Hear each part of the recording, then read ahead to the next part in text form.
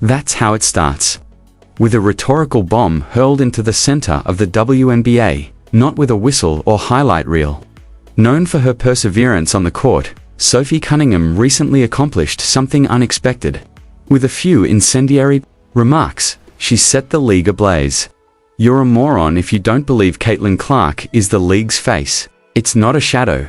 That's like a lightning bolt striking every executive hiding behind a public relations script, every critic, and every doubter. Furthermore, Sophie wasn't only expressing her truth at that very time. For a whole fanbase that has been holding its breath, she was saying the truth. Those were the words that quickly went viral. Like a volcano, social media exploded. Millions of followers shared the video on TikTok, Instagram, and Twitter, slicing it into slow-motion edits with dramatic music and captions. This gamer wasn't simply venting into thin air, however. Sophie Cunningham took a very different turn. As the first person with the courage to speak out what so many others were too scared to whisper, she became Caitlin Clark's bodyguard, a symbol, and a guardian. And there was no turning back once that floodgate opened. Because protecting a colleague wasn't the only thing at stake. This included disguising Caitlin Clark's popularity. As a rookie, in order to benefit from a league that has been playing both sides, Sophie didn't send a subtle message. She criticized the NBA's risky gamble, biting the hand that feeds them, as well as the hypocrisy, silence, and envy. The player is hanging out to dry while placing jerseys on backs, butts on chairs, and eyeballs on screens, not on my watch. Sophie's candor was like a kick to the stomach. Supporters who were already incensed over Caitlin's treatment had a voice. The league finally had someone with the guts to voice what the fans were yelling from the stands. Sophie exhibited a unique, unadulterated, and much-needed devotion. And it became evident that this wasn't just one player's viewpoint when a video went viral. This served as a call to action. Sophie was unaware that her remarks would just be the first step. However, her words caused the league's brittle public relations to crumble. And it wasn't simply support that flowed out. It was anger. It was heartache. It was confirmation. The first thread had been pulled by Sophie Cunningham. The whole WNBA story was now starting to fall apart. On the surface, it may have seemed to be a normal altercation in a competitive league, another physical game. However, the matchup between the Indiana Fever and Connecticut Sun was a catalyst that set things in motion. Fans could see the hurt, despair, and tiredness on Caitlin Clark's face as she received another harsh foul. She pushed JCS Sheldon aside. The interaction is too strong to overlook. At that moment, Sophie Cunningham took over. With rage, not with words, she made no hesitation. She flung Sheldon to the ground in an instant. Not out of carelessness, but for a far more profound reason. Fury at weeks, even months, of strain that has accumulated. It was captured on camera. The fans sensed it. They were forced to pay attention, as was the WNBA. This was not another argument. On national television, this was a battle line and a proclamation. It wasn't just physical, either. Sophie had anticipated it, so it was personal. She had overheard the rumors in whispered voices among conspiring veterans, in locker rooms, and on bus trips before Clark had ever put on her Fever jersey. "We will demonstrate to her the true nature of the W." There was no competition. It served as a warning. Sophie was aware of it.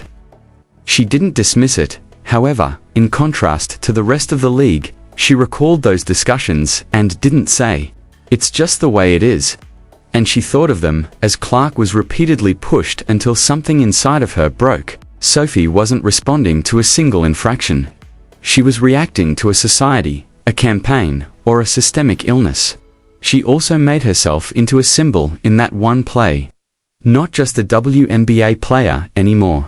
Because she saw more than injustice, she became a warrior, a protector, and a name that everyone in that arena would remember. She rushed towards it. There was more to the talk that took place in the locker room after that game. That was the moment that permanently cemented their relationship. "I still read," Caitlin Clark remarked, turning to face Sophie. At last, It just took one word to make a huge difference. Clark wasn't a superstar at the time. She was a comrade, a novice, and a young lady who had been silently bearing a lot of weight, experiencing what it felt like to be guarded at last. Sophie's response was more than a simple reassurance.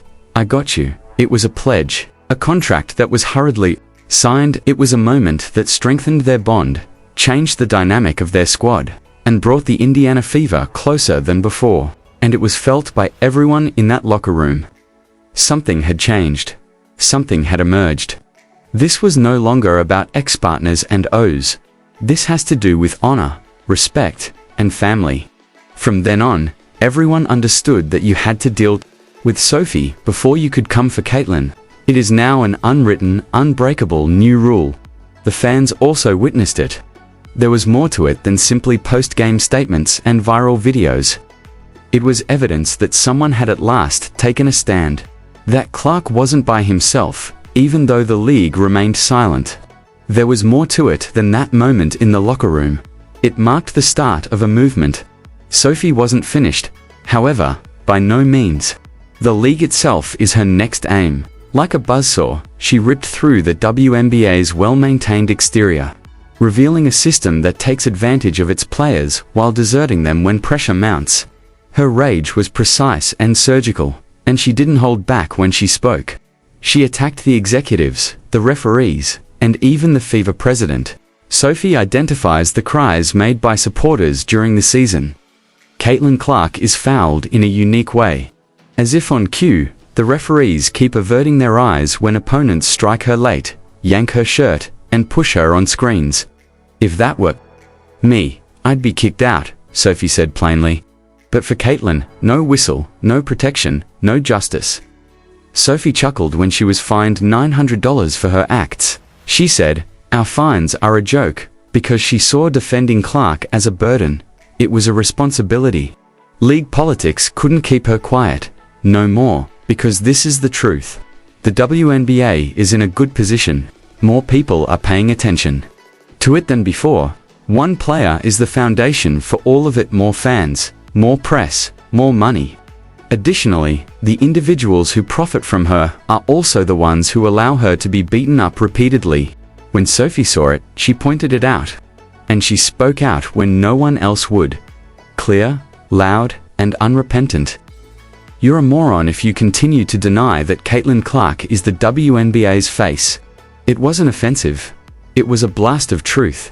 However, this went beyond officials and penalties. Sophie went farther than that. She made the league's unsightly undercurrent visible. The icy stares from seasoned players, the cynical remarks made in interviews, the envy, the bitterness, and the clout-chasing barbs, disguised as flattering remarks.